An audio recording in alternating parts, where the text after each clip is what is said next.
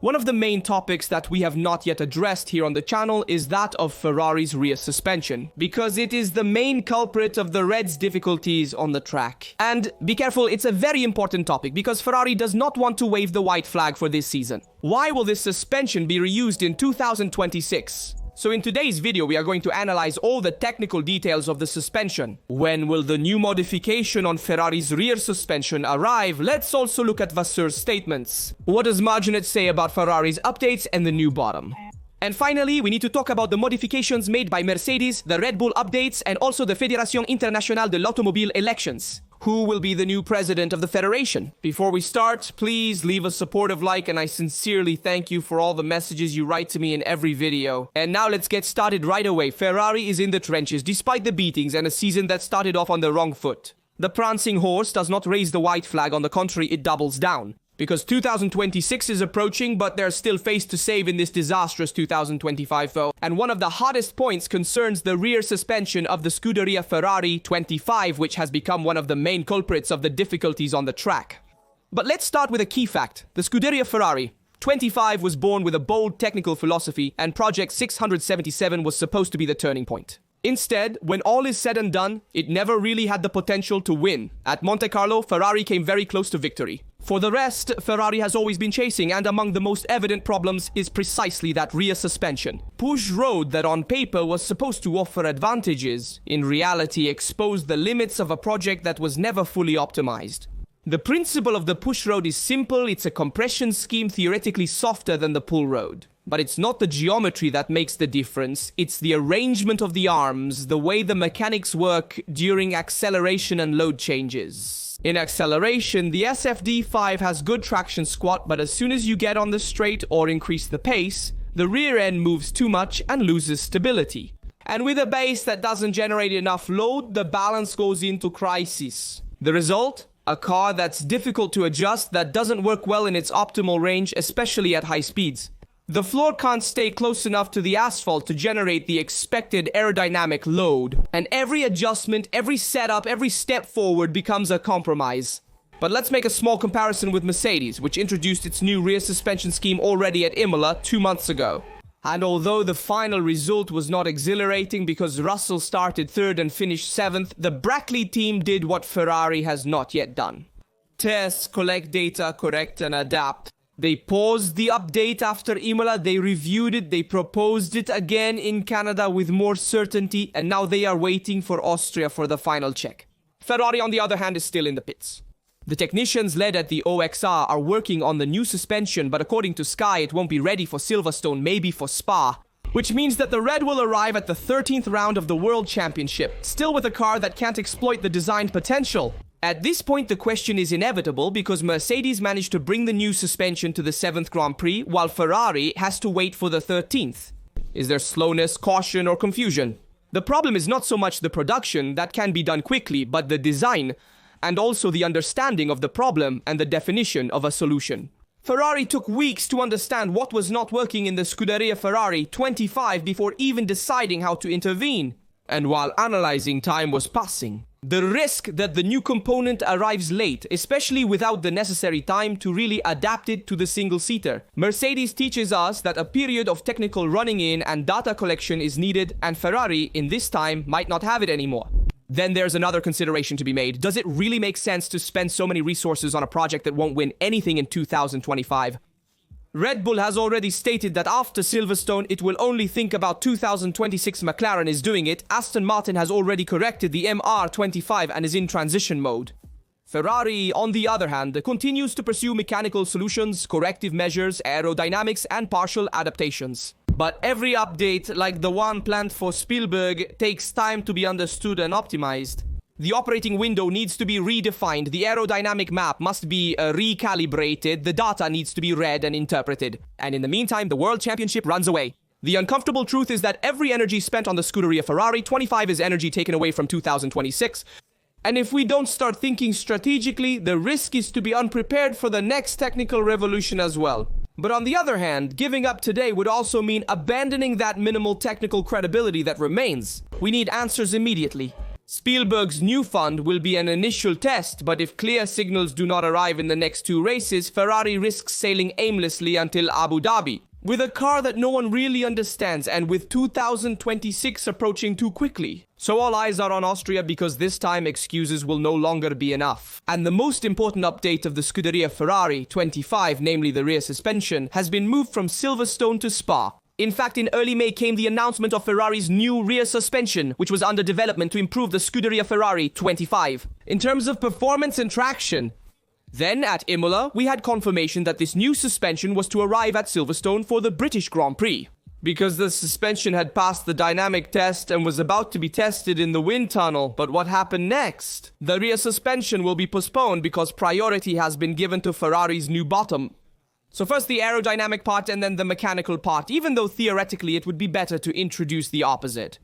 First improve the car from a mechanical point of view and then increase the load of the vehicle. Let's hope that the 2 updates work on the track anyway. Also because the fact of having delayed the rear suspension means that Ferrari wanted to review it internally in Maranello, a bit like what Mercedes did. But Mercedes also threw its suspension on the track at Imola only to bring it back and reintroduce it in Canada. And it's said that the new rear suspension might not give immediate results. But this would mean that Ferrari has lost a month of work that could have been dedicated to the development of other updates for this year, or even for 2026.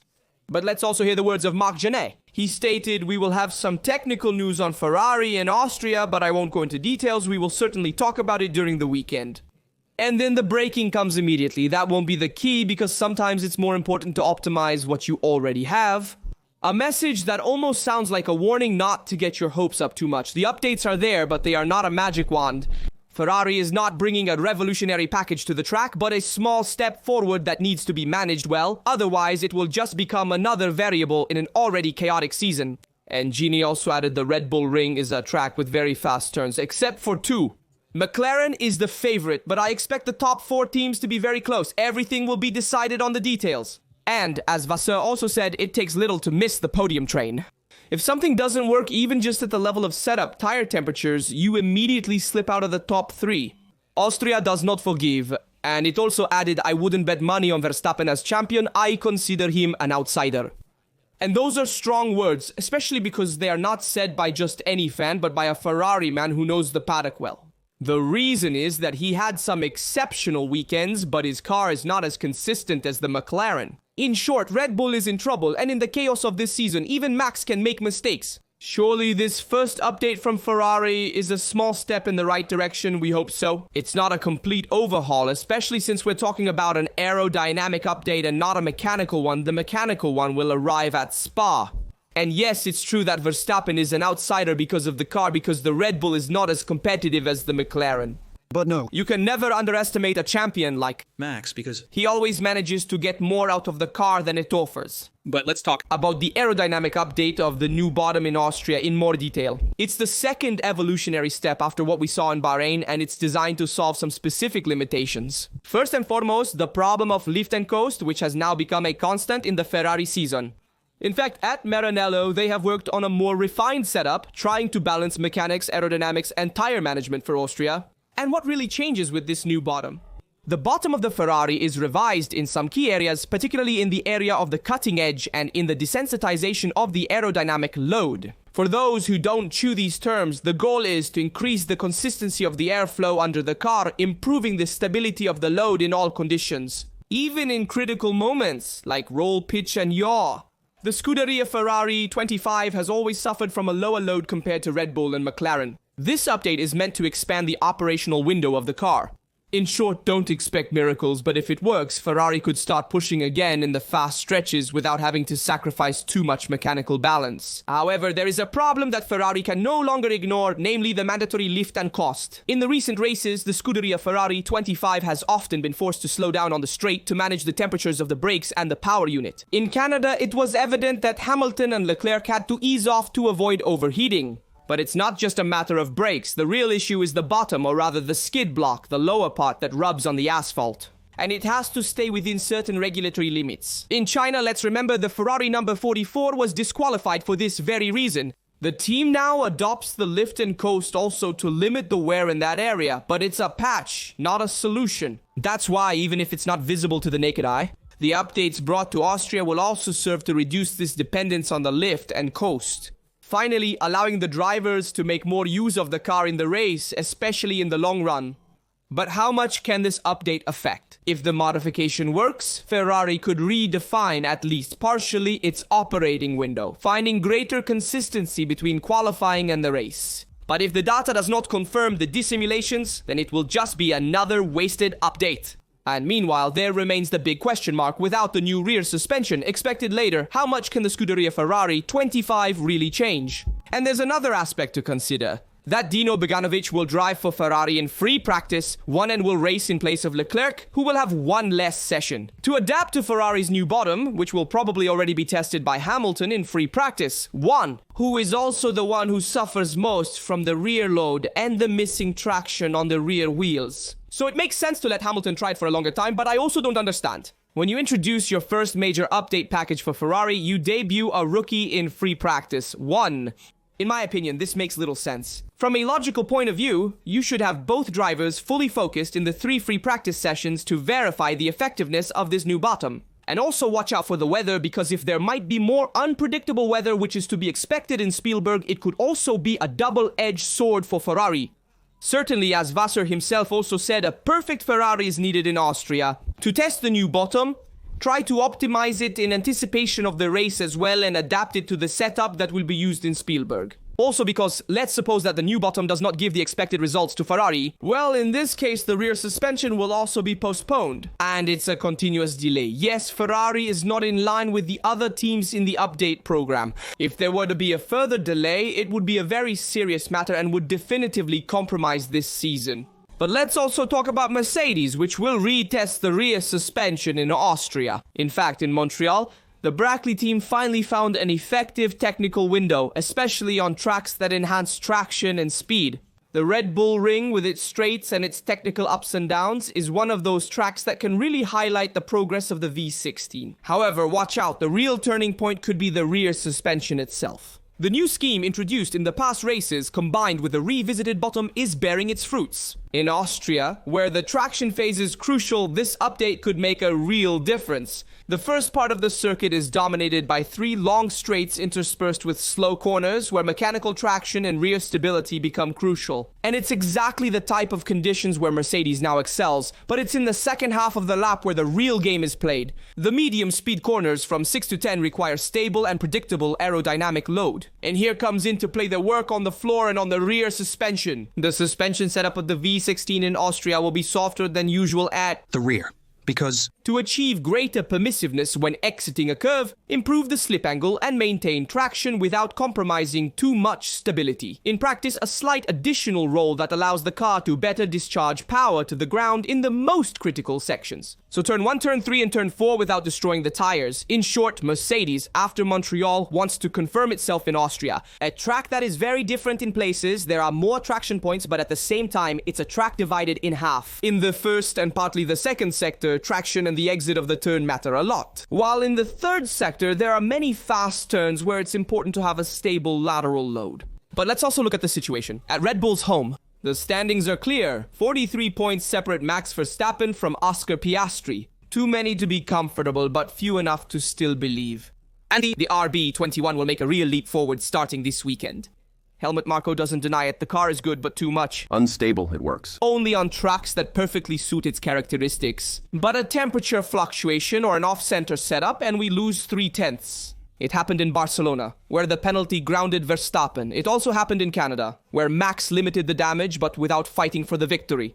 Yet on circuits like Suzuka or Jeddah, the RB21 still has the potential to win. The problem is the technical window in which the car operates is too narrow. While McLaren manages to adapt to every type of track, winning in Miami with a half-minute lead and fighting in Canada until the end, Red Bull fluctuates. too much. The team has worked hard in recent months, bringing innovations to Miami, Imola, and Barcelona. Now comes the decisive package of new changes to the fund and aerodynamics introduced in Austria and refined at Silverstone. And Helmut Marko makes it clear, if even these updates don't work, it will be very difficult to stay in the fight. At a certain point, everything will have to stop and focus on 2026, because modern Formula 1 is unforgiving. The teams already have to decide where to allocate resources for wind tunnels and computational fluid dynamics. It's a time of budget caps.